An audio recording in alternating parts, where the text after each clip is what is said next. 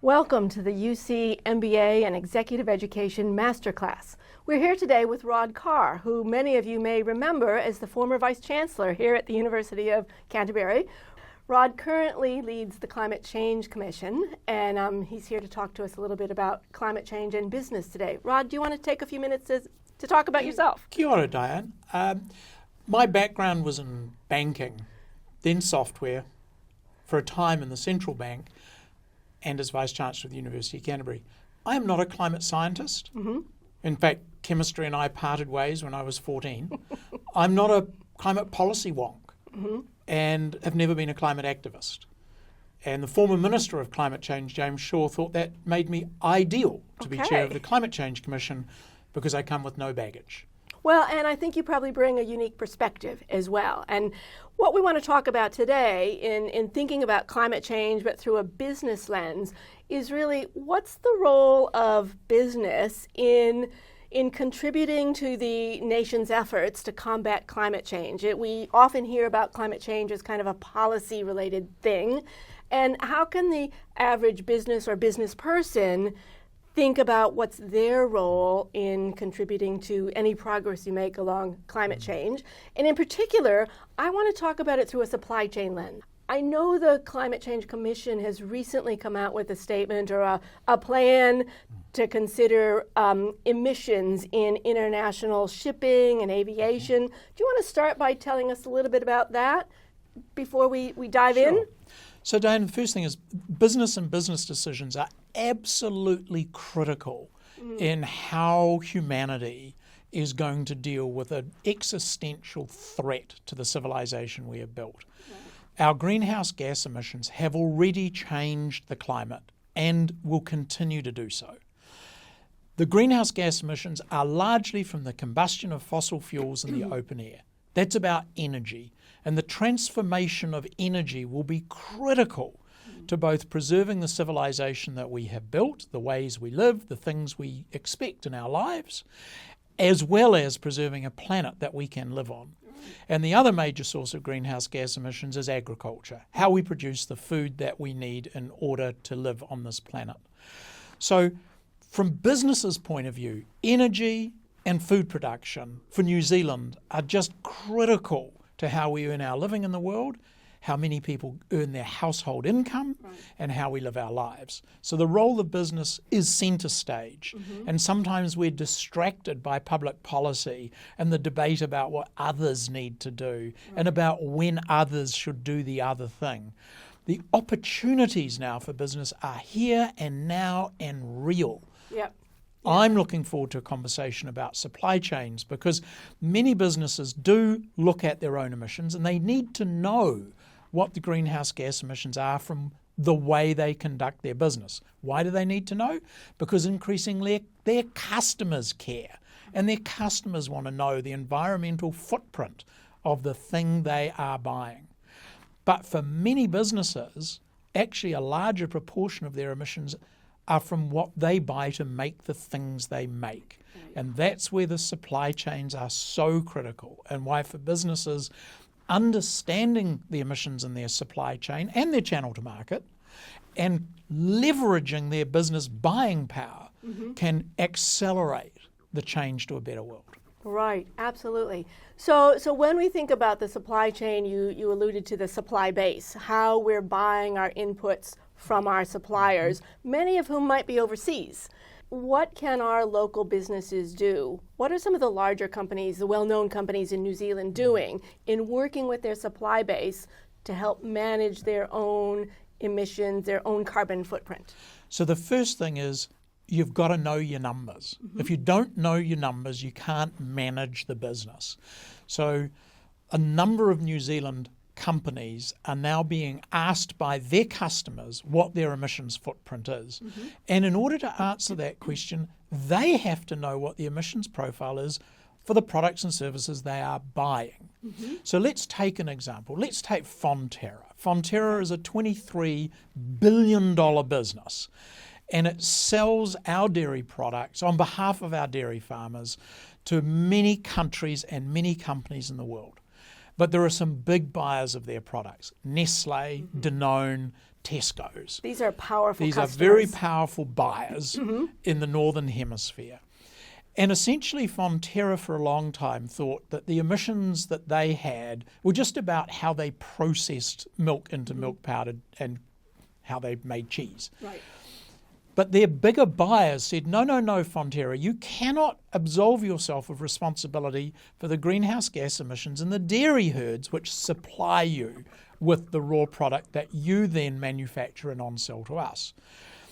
And more importantly, we are going to look to you, Fonterra, to reduce your total emissions, including your dairy farm suppliers, by 30% by 2030. Wow, that's All some of a pressure. sudden, Fonterra got very interested, not only in replacing its coal-fired boilers with low emissions alternatives, but in working with dairy farmers to reduce the greenhouse gas emissions from the production of milk solids.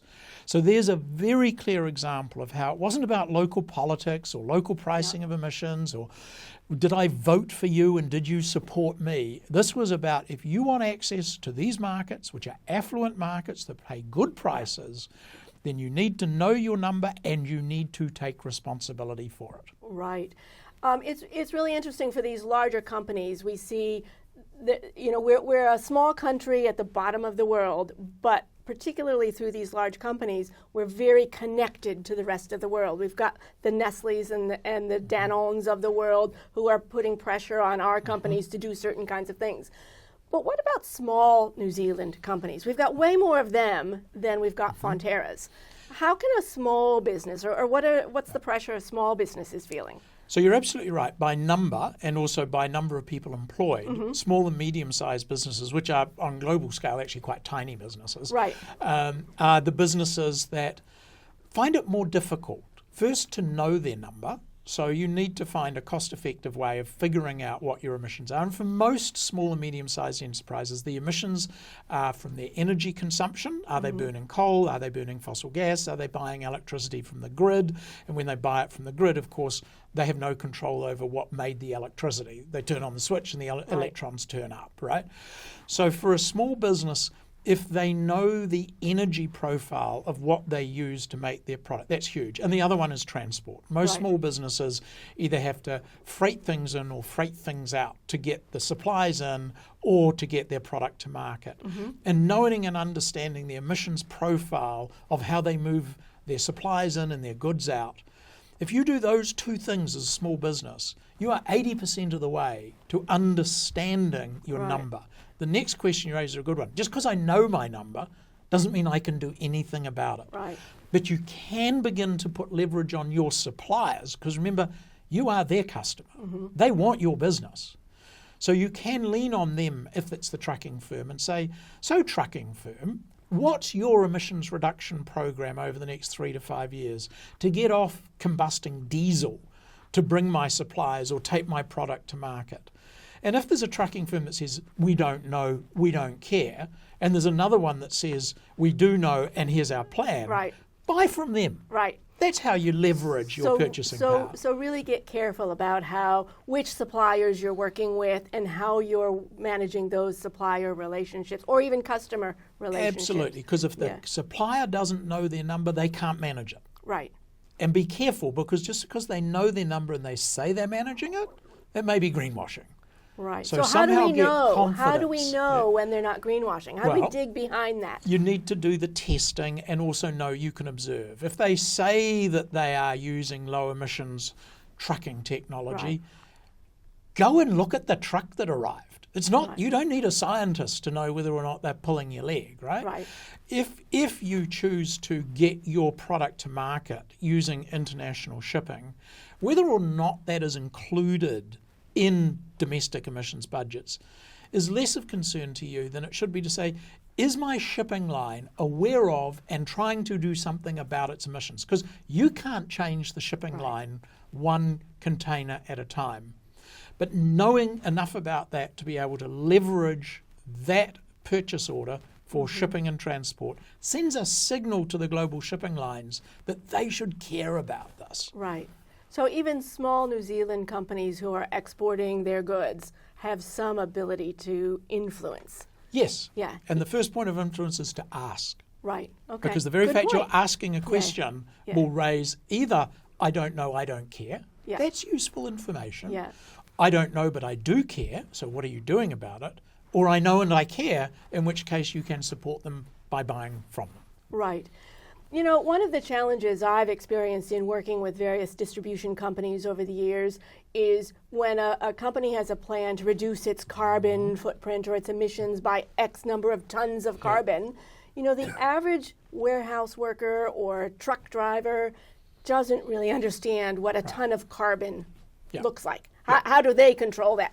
And so it was only in the process of being able to translate emissions or energy use into how many kilometers the driver drove in a day, or thinking about idle time when we're thinking about the trucks running and things like that. What's your advice for companies in being able to translate these global tons of CO2 emissions or energy use into practical ways they can think about changes in their business?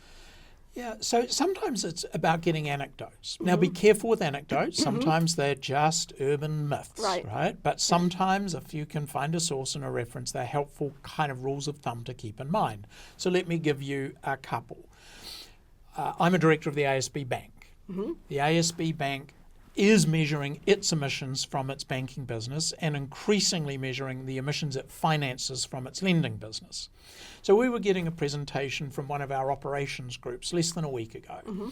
This operations group had established the carbon emissions from the returned physical mail that was sent back to the bank. Right. So they said, look, these letters are coming back. This is clearly waste. We should have not sent it out. No one better send it to who. Told them to use electronic. Anyway, 90 tonnes a year of greenhouse gas emissions from the whole cycle of making the paper, sending it out, getting it back, assuming that it was all done on diesel trucking, right? Right. Now, 90 tonnes is not a lot, right? But it's more than it needed to be. But 90 tonnes of complete waste, complete Yeah. abuse of the planet, Yeah. and therefore they've got a target to reduce that over time. How much is 90 tonnes? Well, 1 hectare of pine forest observes about 30 tonnes of carbon dioxide per year. So that's like 3 hectares of pine tree sequestration for this 90 tonnes of emissions. That's quite a lot of forest. That was wasted, totally unnecessary. Totally unnecessary, right. Yeah. So another way of framing it is that it's been estimated that when you fly in a fully loaded 747 plane, so it's a big plane with all the economies that go with it, the carbon emissions attributed to each passenger per hour of flight is about 90 kilograms. 90 kilograms of carbon dioxide emissions equivalents for every 1 hour of long-haul flight. So if you fly to Sydney and back, right, then it's about 3 hours there, about 3 hours back, call it 6 hours. That's half a tonne of emissions. Right. Per individual. Per individual on the plane. Another number, if you use fossil gas to make hot water at home, your emissions from burning that fossil gas for a normal household for a year is 1 tonne of emissions. Wow, that's a lot of it's 1 tonne. Wow. So an individual pine tree, not a hectare, an individual pine tree sequesters something in the order of 25 kilograms of carbon dioxide equivalent every year.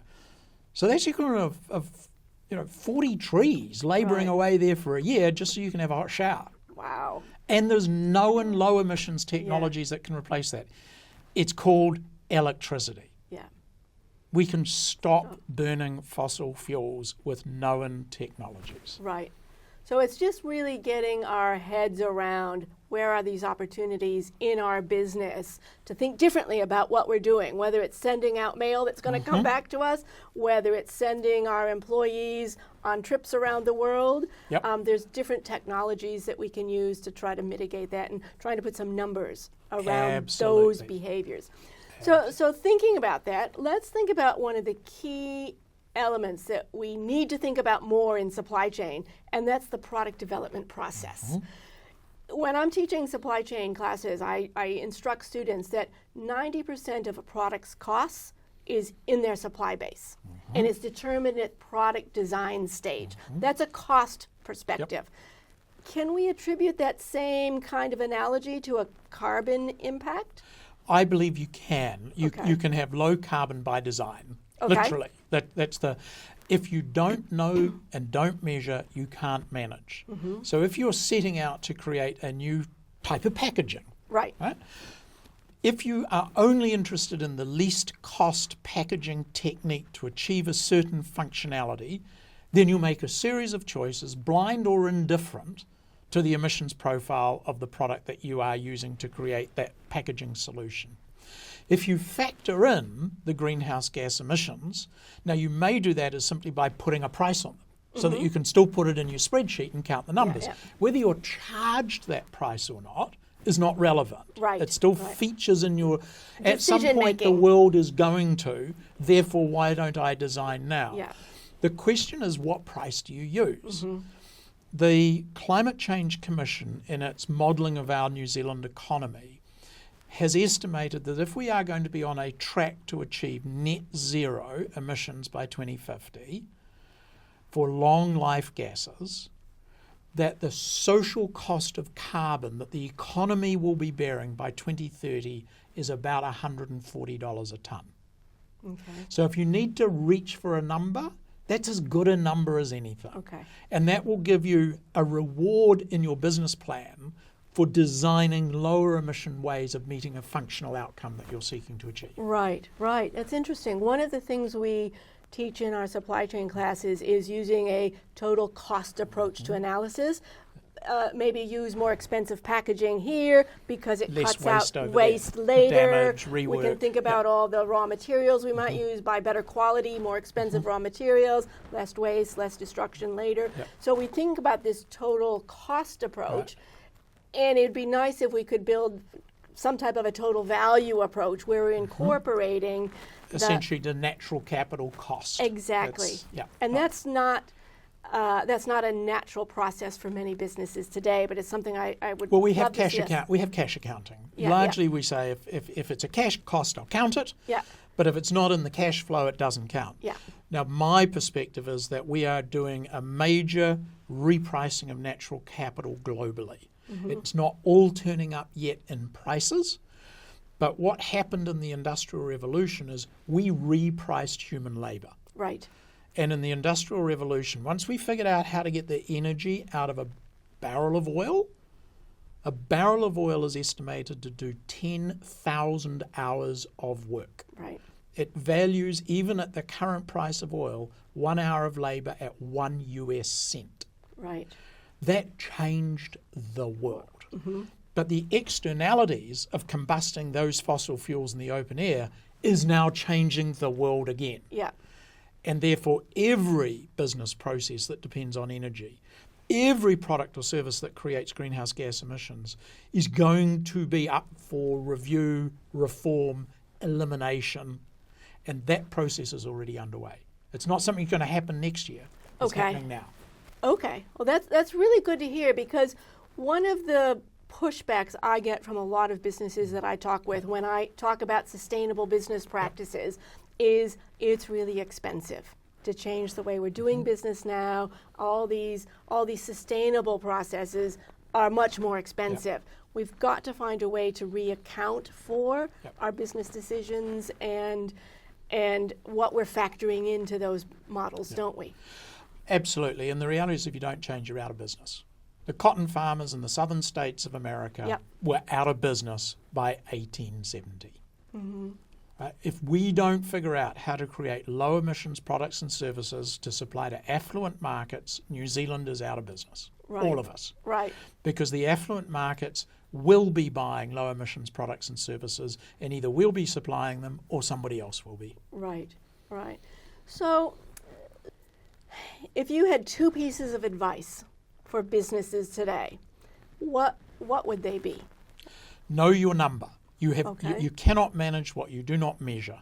It's very clear. Now, don't worry about whether it's precisely right. That's not the point, right? You need an estimate of, and not just what's in your business, but what is in your supply chain and your channel to market. Know your number. Okay. Over time, get a better number. Yeah. But the first piece of advice is know your number. And secondly, the piece of advice is look for the opportunities. Don't think about this as an obligation to be minimized. think of Or it as just an a cost. opportunity to be maximized, right? Yeah. And it is the case that the renewable energy technologies emerging today are lower cost forms of energy than fossil fuels. Okay. So there's hope on the horizon for businesses in being able to contribute to the climate change crisis, or Absolutely. There is both hope and opportunity. Great. And urgency. I think Right. we still completely underestimate the pace and scale of the transformation which is going to occur. Right. Yeah. Well, and that's why I wanted these two pieces of advice. What can we do today? Yep. Start learning our numbers. And what was the second one? Once you know your number, you actually have to leverage that in your supply chains and channels to market. So it's not just about your own little footprint, because many businesses will go, well, mine's teeny. It really doesn't matter. I can't make a difference. I don't count. Yeah. And the argument is, but if you and all the other 1,000 people buying from that company make it change, and if all the channels that you have to market begin to reduce their emissions, that's going to protect your business. Right. Okay. I think those are good words of advice for our businesses here in New Zealand. Thank you very much for that. I've really enjoyed our conversation today. Thank you for joining us. Diane, thank you for the opportunity. Thank you.